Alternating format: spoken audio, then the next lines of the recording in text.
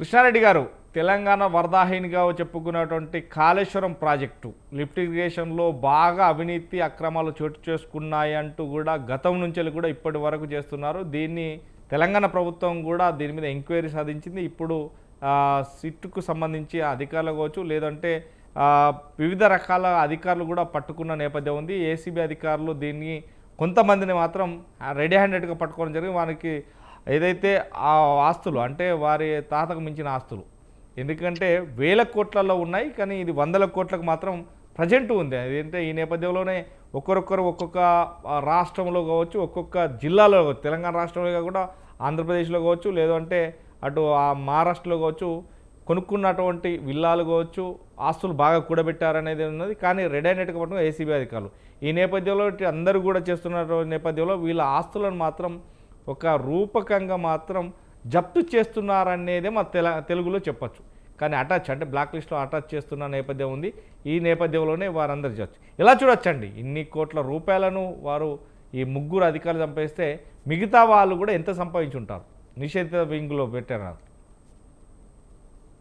Sir, ముందుగా మీకు స్వతంత్ర టీవీ ప్రేక్షకులకు, అలాగే చర్చా వేదికలో పాల్గొంటున్న వివిధ పార్టీల నాయకులకు, విశ్లేషకులకు అందరికీ శుభ సాయంత్రం తెలియజేసుకుంటూ, ఏదైతే కాళేశ్వరం మొదలుపెట్టిన దగ్గర నుంచి మొదలుకుంటే దాని డిజైన్ దగ్గర నుంచి కానీ, అక్కడ వస్తున్న ఆరోపణలు కానీ, ఫ్రమ్ ద బిగినింగ్ కాళేశ్వరం అనేది ధనేశ్వరం అనేది అయింది. గతంలో కాంగ్రెస్ పార్టీ జలయజ్ఞం అని పెట్టేసి ధనయజ్ఞం ఎట్లా చేసిందో, కేసీఆర్ ప్రభుత్వం కూడా కాళేశ్వరం పేరు మీద ధనయజ్ఞం చేసుకోవడానికి రూపకల్పన చేసింది. సాధ్యాసాధ్యాలను ఆలోచన చేయకుండా అసలు ఎంతవరకు ఇది తెలంగాణ సమాజంకు ఉపయోగపడుతుంది, ప్రజలకు ఉపయోగపడుతుంది అనేది ఒక నిపుణుల కమిటీ లేకుండా, డిపిఆర్ లేకుండా, ఆయననే ఒక మేధావి అనుకున్నాడో, ఇంజనీర్ అనుకున్నాడో, ఏదో అనుకున్నాడో, ఇవన్నీ అనుకున్నాడా లేదా అనేది పక్కకు పెడితే ఆయన అనుకున్నది ఏంటంటే కాళేశ్వరం పేరు మీద ధనయజ్ఞం ఎట్లా చేయాలి, ఎట్లా దోచుకోవాలనే దాని మీద ఆయన ఒక ఆలోచన చేసి దీన్ని ముందుకు తీసుకెళ్ళినట్టే కనబడుతుంది. ఎక్కడ చూసినా ఏ రోజు నుంచి అయితే కాళేశ్వరం మొదలు పెట్టారో ఆ రోజు నుంచే అవినీతి ఆరోపణలు కేసీఆర్ ప్రభుత్వం మీద వచ్చింది. అలాగే అక్కడ ఉన్న అధికారులు, మనం గతంలో కూడా చాలా సందర్భంలో మన చర్చా వేదికల్లోనే కాళేశ్వరం విషయంలో ఎంత అవినీతి జరిగింది, ఎలా దోసుకున్నారు, దానితోటి ఎంత లబ్ధి పొందారు, దాని మీద ఉన్న సూత్రధారులు ఎవరు, పాత్రధారులు ఎవరు, ఆ మొత్తంగా ఈ ప్రాజెక్టే ఒక లోపభూయిష్టంగా ప్రారంభం జరగడము, దాన్ని కన్స్ట్రక్షన్ చేయడము, దానితో పాటు పగుళ్ళు రావడము, అక్కడ ప్రాజెక్టు దగ్గర 144 సెక్షన్ పెట్టి అక్కడికి మీడియా ప్రతినిధులు కానీ, ప్రతిపక్షాలను కానీ, ప్రజలను కానీ, అక్కడ భూములు కోల్పోయిన రైతులను కానీ ఎవరిని కూడా ప్రాజెక్టు దరిదాపుల్లోకి రాకుండా చేసిన ఘనత ఎవరు ఉందంటే కేసీఆర్ ప్రభుత్వంది. దానికి కొనసాగింపుగానే ఇప్పుడు అధికారుల అవినీతి అనేది, ఒక ముగ్గురు అవినీతి అధికారులు ఈ రోజు వాళ్ళ దగ్గర మార్కెట్ వాల్యూలో 400 crores అని చెప్పేసి అంటున్నారు. అంటే దీని మీద ఇంకెంత ఉన్నది? ఇవాళ ఈడీ అధికారుల నోటీస్కి వచ్చిన వాటి మీద విలువనే ఇంత ఉన్నదంటే ఇంకా రానిది ఎంత ఉంది? అలాగే కాళేశ్వరం మీద ఎంతమంది ఇంజనీర్లు పనిచేశారు? పూర్తి స్థాయిలో నాకు తెలిసి సుమారుగా 40 నుంచి 50 మంది అధికారులు పనిచేసారు. ఈ 10 సంవత్సరాల కాలంలో ఇంకొక 50-60 మంది రిటైర్మెంట్ అయిన వాళ్ళు కూడా ఉన్నారు. వీళ్ళందరి మీదే కూడా ఈడీ విచారణ జరిగితే కనుక ఖచ్చితంగా పూర్తి స్థాయిలో ఎంత అవినీతి జరిగింది, ఎంత అక్రమాలు జరిగింది, ఎంత దోపిడీ జరిగింది, అక్కడ కాళేశ్వరం అనే దాన్ని ఎంత నాసిరకంగా పనులు జరిగాయి, వీటికి బాధ్యులు ఎవరు అనేది కూడా పూర్తి స్థాయిలో బయటకు వస్తుంది. రిటైర్డ్ అయిన అధికారుల మీద కూడా విచారణ జరపాలనేది నేనైతే కోరుకుంటున్నాను. ఎందుకంటే కింది స్థాయి నుంచి చూసుకుంటే పై స్థాయి వరకు, లైన్ ఇంజనీర్ దగ్గర నుంచి చూసుకుంటే పై స్థాయి వరకు, డిఈ నుంచి ఏఈ నుంచి ఎస్సీ వరకు కూడా ఎంతెంత పెద్ద మొత్తంలో అవినీతి జరిగింది అనేది కండ్లకు కట్టినట్టు కనబడుతుంది. ఈ ముగ్గురు ఒక్కటే ముందుకు వచ్చినది ఈ ముగ్గురు మీదనే కాదండి, ఆ ప్రాజెక్టు మీద మొదటి నుంచి ఈ రోజు మొన్న టిఆర్ఎస్ ప్రభుత్వం పోయేంత వరకు ఏ అధికారులు పనిచేసారు వాళ్ళన్నిటి మీద కూడా ఈడీ విచారణ జరగాలి. అలాగే అవినీతి ఏసీబీ విచారణ జరగాలి. వాళ్ళ ఆస్తులన్నీ అటాచ్ కావాలి. అదంతా కూడా తెలంగాణ ప్రజలను దోచుకొని దాచుకున్నది అంతా కూడా ప్రజలకు అందించాలి. అలాగే దీని మీద ఏదైతే కేసీఆర్ కుటుంబం ఉన్నదో దాని మీద మంత్రులుగా పనిచేసిన ప్రతి ఒక్కరి మీద కూడా ఈడీ విచారణ జరగాలి. ఆనాడున్న మంత్రుల ఆస్తులన్నీ ఈ రోజు ఆస్తులేంది, కాళేశ్వరం పేరు చెప్పేసి ముఖ్యమంత్రి ఎంత దండుకున్నాడు, దాని మీద అధికారులు ఎంత దండుకున్నారు, మంత్రులు ఎంత దండుకున్నారు, ఆ రోజున్న ఎమ్మెల్యేలు ఎంత దండుకున్నారు, ఇదంతా కూడా బయటకు రావాలి. అంటే పూర్తి స్థాయిలో దర్యాప్తు జరగాలి.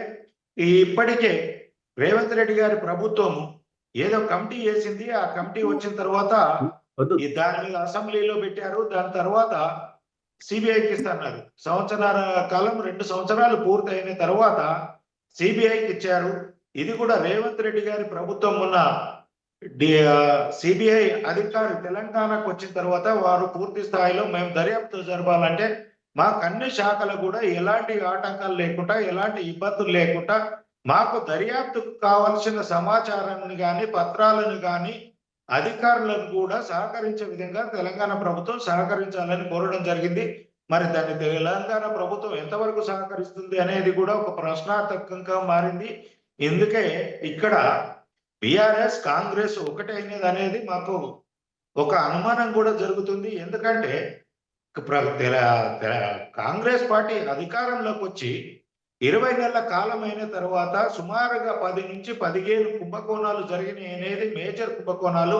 వాటి మీద ఈ విచారణ జరుగుతుంది, అది జరుగుతుంది, ఈ ఒక్క శాఖలో ఇంత జరిగింది, దీని మీద ఇంత జరిగింది, ఇవి రేపో మాపో అరెస్టు చేస్తున్నాం అనేది పూర్తి స్థాయిలో వెనుకకెళ్ళింది.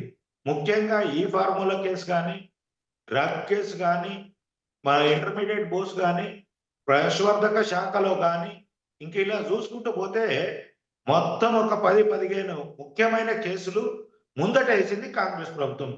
ఈ 10-15 కేసులలో ఏ ఒక్కటైనా అరెస్టు కానీ, కేసు బుక్ చేయడం కానీ, బీఆర్ఎస్ ప్రభుత్వంలో పనిచేసిన అవినీతి అధికారుల మీద కానీ, మంత్రుల మీద కానీ ఈ రోజు వరకు కూడా కాంగ్రెస్ పార్టీ ఎలాంటి యాక్షన్ తీసుకోలేదు. వాళ్ళ మీద దర్యాప్తు జరిపిన దాఖలాలు కనబడతలేవు. కాబట్టి ఇదన్నిటి మీద ఒక లోపాయికారి ఒప్పందంగా జరగకుండా సిబిఐకి ఇచ్చినాము, బీజేపీని బదనాం చేద్దామని బీఆర్ఎస్ కాంగ్రెస్ కనుక కుట్రపూరితంగా వ్యవహారాలు నడిపితే కనుక చాలా ఇబ్బందికరంగా ఉంటాయి. ఈ యొక్క దర్యాప్తు పారదర్శకంగా జరగాలంటే ఏవైతే మొన్న కమిటీ చేశారో, మొన్న నివేదిక వచ్చిందో అసెంబ్లీలో పెట్టారో, ఆ పూర్తి స్థాయి నివేదికను కూడా సిబిఐకి హ్యాండ్ ఓవర్ గా చేస్తే కనుక ఇక్కడ ఇచ్చిన దర్యాప్తు ఈ 20 నెలల కాలంలో వీళ్ళు ఏం చేశారు, ఎక్కడ జరిగిందని రిపోర్ట్ ఇచ్చారు, అలాగే ఏ అధికారులు అవినీతి చేశారు, అలాగే అందులో ఉన్న ముఖ్యమంత్రి పాత్ర ఎంత, మంత్రుల పాత్ర ఎంత, ఎమ్మెల్యేల పాత్ర ఎంత అనేది పూర్తి స్థాయిలో బయటకు వస్తుంది. ఆ యొక్క మొన్న బోస్ గారిని దర్యాప్తు దాంట్లో కేసీఆర్ గారి పేరు 263 సార్లు ప్రస్తావించింది. అది ఏ అంశాలలో ప్రస్తావించిండ్రు, ఈ యొక్క ప్రాజెక్టుల అవినీతికి చేసిండా అనే దాని మీద ప్రస్తావించిండ్రా, లేదా ఆయన కాళేశ్వరము మీద ఈయన పూర్తి స్థాయిలో ఈయననే ఇన్వాల్వ్ అయ్యి ప్రభుత్వ అధికారులను ప్రభావితం చేసిండు అనేది వచ్చిందా, లేదా ఈయనకు నచ్చిన వ్యక్తులకు కాంట్రాక్ట్ ఇచ్చే విధంగా ప్రభావాలకు గుర్తు చేశాడా, లేదంటే ఆయన అధికార దుర్వినియోగం చేశాడనేది నివేదికలో పొందుపరిచాడా, ఏ అంశాలు పొందుపరిచాడనేది పూర్తి స్థాయిలో బహిర్గతం చేయాలి.